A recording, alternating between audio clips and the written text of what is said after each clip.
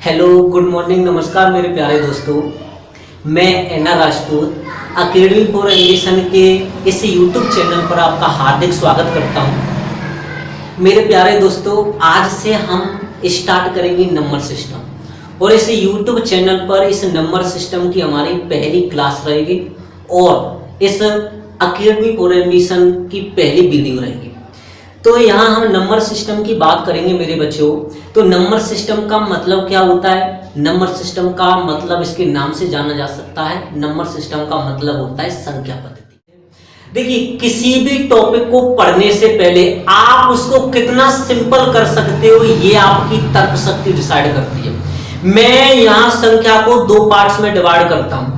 पहले वाला पार्ट्स का नाम दे दिया मैंने रियल नंबर, पहले वाले पार्ट्स का नाम दे दिया मैंने वास्तविक संख्या या रियल नंबर। मैंने पहले वाले पार्ट का नाम दे दिया वास्तविक संख्या और दूसरे वाले का नाम दे दिया मैंने काल्पनिक नंबर या काल्पनिक संख्या।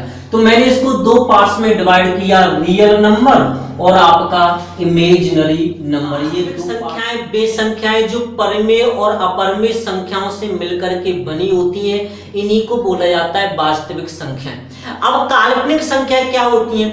तो काल्पनिक संख्याएं वे संख्याएं जो अंडर रूट में हो और किसके साथ हो, माइनस के साथ, उन्हीं को बोला जाता है बच्चों काल्पनिक संख्याएं। तो दोनों हमें समझ में आ गई, यहां तक कोई प्रॉब्लम वाली बात नहीं है। अब यहाँ वास्तविक संख्या मैंने बोला था कि वास्तविक संख्याएं वे संख्या होती हैं जो परमेय भी हो और अपरमेय भी हो। तो ये परमेय और अपरमेय संख्या क्या रहेंगी? तो परमेय और अपरमेय संख्या को थोड़ा डिस्कस कर लेते हैं कि परमेय और अपरमेय संख्या क्या रहेंगी। तो मैंने लिखा है यहाँ पर वास्तविक संख्या। वास्तविक संख्या होती है परमेय और अपरमेय। तो पहला रहता है ये परमेय संख्या, परमेय संख्या, और दूसरा वाला रहता है आपका अपरमेय संख्या। क्या रहता है बच्चों? अपरमेय संख्या। तो मैंने दोनों पार्ट्स को लिखा, अपरमेय संख्या और परमेय संख्या, जिसको बोला जाता है रेशनल नंबर और इसको बोला जाता है इरेशनल नंबर। दो पार्ट्स हो गए इसके भी। अब ये परमेय संख्या क्या होती है? परमेय संख्याएं वे संख्याएं होती हैं जिनको हम P अपॉन Q के रूप में लिख सकते हैं, उन्हीं को हम क्या बोलते हैं? परमेय संख्याएं बोलते हैं। लेकिन यहाँ कुछ शर्तों के अकॉर्डिंग, शर्त क्या रहेगी? यहाँ शर्त रहेगी मेरे प्यारे बच्चे, यहाँ P और Q होना चाहिए आपका पूर्णांक। क्या होना चाहिए? पूर्णांक। और दूसरी शर्त रहेगी बच्चे, Q यहाँ पर नहीं होना चाहिए किसके बराबर? 0 के बराबर। अब मैंने यहाँ दो शर्तें बोली हैं कि परमेय संख्याएं वे संख्याएं होती हैं जो P अपॉन Q के रूप में हो, लेकिन P और Q आपका पूर्णांक होना चाहिए और Q यहाँ पर 0 नहीं होना चाहिए। तो अब आपके माइंड में एक बात चल रही होगी, क्या P आपका 0 हो सकता है? बिल्कुल हो सकता है। हमने तो बात की है सिर्फ Q की कि आपका Q 0 नहीं होना चाहिए, बाकी का P 0 हो, कुछ भी हो, हमें क्या फर्क पड़ता है? हमने तो सिर्फ ये बोला है कि आपका Q 0 नहीं होना चाहिए। इतनी सी बात मुझे लगता है सबकी समझ में आई होगी। चलिए अब इसको थोड़ा सा और डिस्कस करते हैं कि इसका असल में मतलब क्या है और एग्जाम्पल इसके क्या रहेंगे। तो देखिए, मैंने लिख दिया यहाँ पर, मैंने लिखा 4/5 और मैंने कहा क्या ये परमेय संख्या है? आप कहोगे जी बिल्कुल है, 4/5 परमेय संख्या।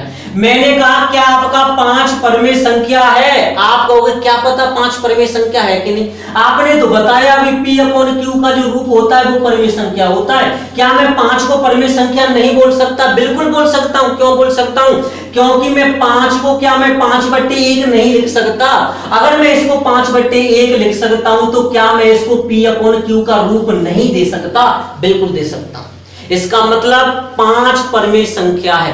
क्या मैं 2 को परमेय संख्या नहीं बोल सकता? बिल्कुल बोल सकता हूं, क्योंकि ये भी P अपॉन Q के रूप में है। अच्छा, अब यहां सबसे इंपॉर्टेंट बात यह है, अगर मैं 2 को परमेय संख्या बोल सकता हूं, 5 को परमेय संख्या बोल सकता हूं, तो क्या मैं 0 को परमेय संख्या बोल सकता हूं? जरा बताइए, क्या मैं 0 को परमेय संख्या बोल सकता हूं? बिल्कुल बोल सकता हूं। क्यों बोल सकता हूं? क्योंकि अभी मैंने बताया परमेय संख्या P अपॉन Q के रूप में होती है। जहां Q आपका 0 नहीं होना चाहिए, P आपका 0 हो, क्या फर्क पड़ता है हमें? लेकिन आपका Q 0 नहीं होना चाहिए। ये बात समझ में आ गई। इसका मतलब आपकी जीरो परमेय संख्या है। क्या जीरो को मैं 0/1 नहीं लिख सकता? बिल्कुल लिख सकता हूं। इसका मतलब P/Q है। क्या Q यहां पर जीरो है? बिल्कुल नहीं है। जीरो क्या है? P यहां पर जीरो है। आपका समझ में आया होगा, अच्छे से समझ में आया होगा। दिल थाम के बैठिए, आज से आपकी सारी समस्याओं का समाधान यहीं पर हो जाएगा। चलिए ओके। अब इसके बाद परमेय संख्या समझ में आ गई, अपरमेय संख्या समझ में आ गई। अब इसके बाद परमेय और अपरमेय इनको पार्ट्स में डिवाइड करते हैं। परमेय संख्याओं को दो पार्ट्स में डिवाइड किया जाता है बच्चों। दो पार्ट्स हैं आपका, पहला वाला है आपका पूर्णांक और दूसरा वाला है आपका फ्रैक्शन। तो मैं यहां लिख देता हूं, परमेय संख्याओं को हम दो पार्ट्स में डिवाइड करेंगे। परमेय संख्या यानी कि रेशनल नंबर को दो पार्ट्स में डिवाइड किया जाएगा। अच्छा, मैंने यहां अपरमेय संख्या के बारे में नहीं बताया। अपरमेय संख्या क्या होती है? अपरमेय संख्या वे संख्याएं होती हैं जो परमेय नहीं होती हैं। अब इसका मतलब क्या है? देखिए, ज्यादातर ऐसे शब्द जिनके सामने आ जाए वो अपने आप में इनकम्प्लीटेड होते हैं। ये आ से शुरू होने वाले शब्द किसी दूसरे की मदद से पूरा होते हैं। अब आपका अपरमेय शब्द किससे पूरा हो रहा है? परमेय शब्द से। अपरमेय, इसका मतलब वे संख्याएं जो परमेय नहीं हैं उनको हम क्या बोलेंगे? अपरमेय संख्या बोलेंगे। वो मैंने अभी छोड़ दिया था, मैंने इसको दोबारा से बता दिया। अब यहां पर बात करते हैं हम परमेय संख्या कितने प्रकार के रहेंगे बच्चों। तो परमेय संख्या रहती है आपकी दो प्रकार की। अब ये दो प्रकार कौन कौन से हैं? पहला वाला प्रकार है इसमें पूर्णांक, जिसको पूर्णांक या इंटीजर बोला जाता है। दूसरा वाला है इसमें जिसको भिन्न या फ्रैक्शन का नाम दे दिया जाता है। पहला वाला है बच्चों पूर्णांक, दूसरा वाला है आपका फ्रैक्शन यानी कि भिन्न। तो दो पार्ट्स में हमने इसको डिवाइड किया। अब ये पूर्णांक क्या होता है? पूर्णांक आप सभी अच्छे से समझते हैं, जिसमें आपका जीरो भी हो, जिसमें माइनस के भी हो, जिसमें आपका प्लस के भी हो, उन सभी को पूर्णांक बोला जाता है। अब क्या है ये? देखिए ये क्या है? पूर्णांक का मतलब होता है, जैसे पूर्णांक में आपके धनात्मक भी होते हैं, धनात्मक भी होते हैं। क्या होते हैं? धनात्मक नंबर धनात्मक होते हैं। जैसे मैंने प्लस के 1 लिखा, प्लस के 2 लिखा, प्लस के 3 लिखा, इस प्रकार से आपके जो नंबर हैं धनात्मक, या मैंने इनके सामने प्लस का चिन्ह नहीं लगाया तब भी ये धनात्मक ही रहेंगे। तो धनात्मक आपके नंबर निकल के आ गए। अब इसके बाद अगर धनात्मक है तो नॉर्मल सी बात है ऋणात्मक भी रहेगा। तो दूसरा वाला रहता है इसमें ऋणात्मक इंटीजर, ऋणात्मक। अब ऋणात्मक का मतलब क्या होता है? जैसे मैंने माइनस के 1 लिखा, माइनस के 2 लिखा, माइनस के 3 लिखा, माइनस वाले चिन्ह को इनके सामने अवश्य लगाना पड़ेगा। हमने दो प्रकार तो ये लिख लिए। तीसरा मैंने क्या बताया? तीसरा होता है मेरे प्यारे बच्चों जिसको बोला जाता है जीरो। ये सेपरेटली होता है, जिसको जीरो या शून्य का नाम दे दिया जाता है। आप सभी जानते हैं ये होता है आपका जीरो या शून्य। तो मैंने परमेय संख्या को मैंने दो पार्ट्स में डिवाइड किया, पूर्णांक और भिन्न। और पूर्णांक को मैंने तीन पार्ट्स में डिवाइड किया, धनात्मक पूर्णांक, ऋणात्मक पूर्णांक और जीरो पूर्णांक या जीरो। मैं इनके पीछे पूर्णांक भी लिख सकता हूं, मैंने लिखा नहीं है, आप यहां लिख सकते हो धनात्मक पूर्णांक, यहां लिख सकते हो ऋणात्मक पूर्णांक। तो कोई दिक्कत वाली बात नहीं है। यहां तक सब क्लियर हो गया होगा। अब बात आपने समझ ली कि धनात्मक पूर्णांक ये होता है, ऋणात्मक पूर्णांक ये होता है। अब इसके आगे इसको कैसे डिवाइड किया जाएगा तो जरा देखना बड़े ध्यान से। अगर मान लीजिए मैंने धनात्मक पूर्णांकों की बात की तो धनात्मक पूर्णांकों को ही बोला जाता है क्या? इनको बोला जाता है नेचुरल नंबर, या इनको ही बोला जाता है प्राकृतिक संख्या। क्या बोलते हैं बच्चों? प्राकृतिक संख्या बोला जाता है आपका किनको? धनात्मक पूर्णांकों को ही। अब आप बोलोगे कि ये क्या होता है? तो नेचुरल नंबर वे नंबर जिनको हम काउंट करने में प्रयोग करते हैं उन्हीं को बोला जाता है नेचुरल नंबर। दिखाई दे रहा होगा। और ये मैंने प्राकृतिक संख्या लिख दी, कौन सी वाली? धनात्मक पूर्णांक की प्राकृतिक संख्या होती है। अच्छा, अगर धनात्मक पूर्णांक और जीरो को शामिल कर लें तो ये बनता है संपूर्ण संख्या। क्या बनता है बच्चों? ये बन जाता है आपका संपूर्ण संख्या। तो मैं अगर धनात्मक पूर्णांक और जीरो इन दोनों को एक साथ अगर शामिल कर लूं तो आपका नया शब्द बनता है जिसका नाम है आपका पूर्ण संख्याएं। क्या? पूर्ण संख्या। और पूर्ण संख्या ये दिखाई नहीं दे रहे हैं ना, तो ये होता है आपका पूर्ण संख्या, मैं ऊपर लिख देता हूं। तो ये बनता है आपका किसको, धनात्मक, और शून्य को लेने के बाद आपका मिलकर बनता है पूर्ण संख्या। और पूर्ण संख्या का मतलब होता है होल नंबर। क्या बोलते हैं बच्चों इसको, होल नंबर इसको बोला जाता है। तो ये हमने यहां तक समझा। धनात्मक पूर्णांक भी समझा, अगर धनात्मक के साथ साथ जीरो को ले लिया जाए तो आपका ये होल नंबर बन जाता है। यानी कि अब इनको कैसे लिखेंगे, इनको लिखा जाएगा 0 1 2 3 4 5 ऐसे करके इनको लिखा जाएगा। नेचुरल नंबर को कैसे लिखेंगे बच्चे, इसको लिखेंगे 1 2 3 डैश डैश डैश, इनको ऐसे करके लिखा जाएगा। तो अब आप ये मत सोचना कि नेचुरल नंबर में धनात्मक पूर्णांकों को ही क्यों लिया। हो सकता है आपके माइंड में ये आ रहा हो कि हम ऋणात्मक पूर्णांक को क्यों नहीं ले रहे हैं भाई। तो मैं ऐसे तो बोलने वाला नहीं हूं कि मेरे पास माइनस की 10 किताबें हैं भाई। क्या आप बोलोगे ऐसा? क्या आपको ये सही भी लगेगा कि मेरे पास माइनस की 10 किताबें हैं, या मैंने आज जो है सुबह से माइनस के 50 रोटी खा चुका हूं भाई? तो इसका मतलब क्या है? कोई मतलब नहीं है, बेकार का है। इसलिए हमें ऋणात्मक यहाँ नेचुरल नंबरों में नहीं लेना है। तो यहां तक हमारा ये सब क्लियर हो गया। अब बात करते हैं हम प्राकृतिक संख्याओं की। तो प्राकृतिक संख्याएं क्या होती हैं? प्राकृतिक संख्याओं को बोला जाता है नेचुरल नंबर। अब ये नेचुरल नंबर क्या होता है? जैसे आपका नेचुरल ब्यूटी होती है उसी प्रकार होता है आपका नेचुरल नंबर। जैसे आपका नेचुरल सर है ना राजपूत, उसी प्रकार होता है आपका नेचुरल नंबर, जिसको हम प्राकृतिक संख्याएं बोलते हैं। ध्यान रखना, नेचुरल चीज से एक बात निकल के आती है कि हमें प्रकृति के साथ छेड़खानी नहीं करनी है। इसका आप सभी को विशेष ध्यान रखना है। तो नेचुरल नंबर को कितने पार्ट्स में हमें डिवाइड करना है, तो देखते हुए चलते हैं। ये पहला पार्ट है, मुख्य पार्ट इसका, जिसको बोला जाता है अभाज्य संख्या।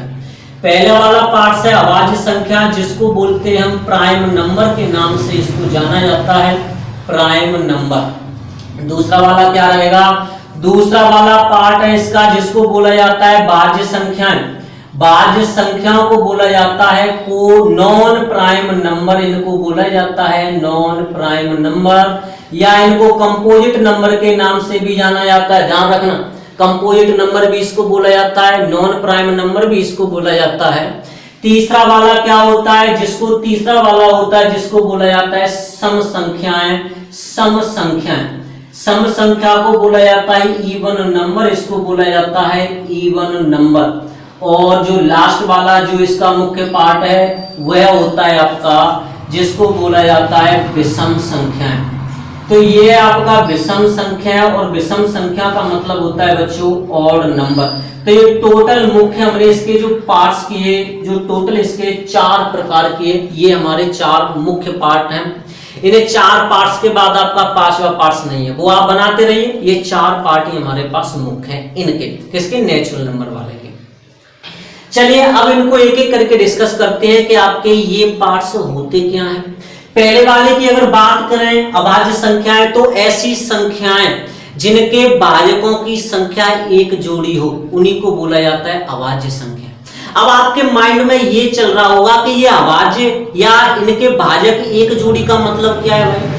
आप अपने अनुसार ये भी बोल सकते हो कि ऐसी संख्याएं जिसमें खुद का भाग जाए, उन्हीं को बोला जाता है क्या?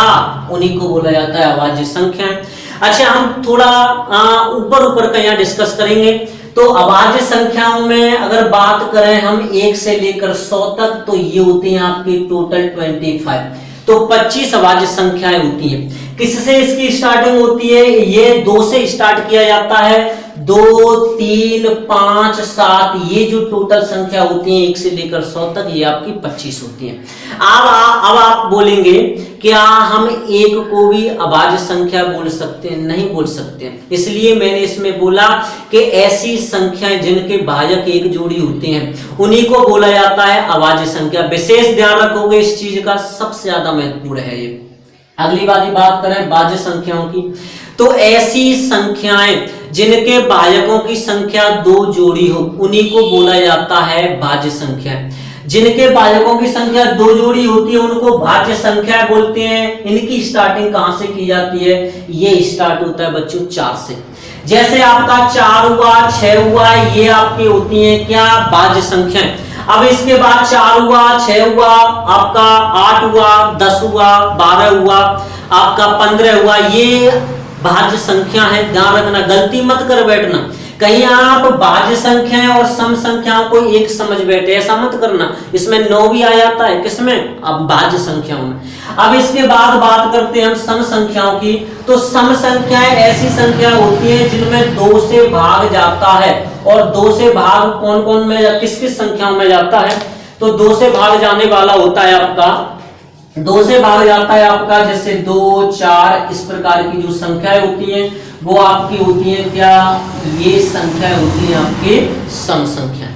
अब आपकी विषम संख्या क्या होती है, तो विषम संख्याएं वह संख्याएं जिसमें 2 का भाग नहीं जाता है, जिसमें 2 का भाग नहीं जाता है वह संख्याएं होती हैं आपकी विषम। जैसे 1 रहा, 3 रहा, 5 रहा, 7 रहा, इस प्रकार की जो संख्या हैं उनको हम विषम संख्या बोलेंगे।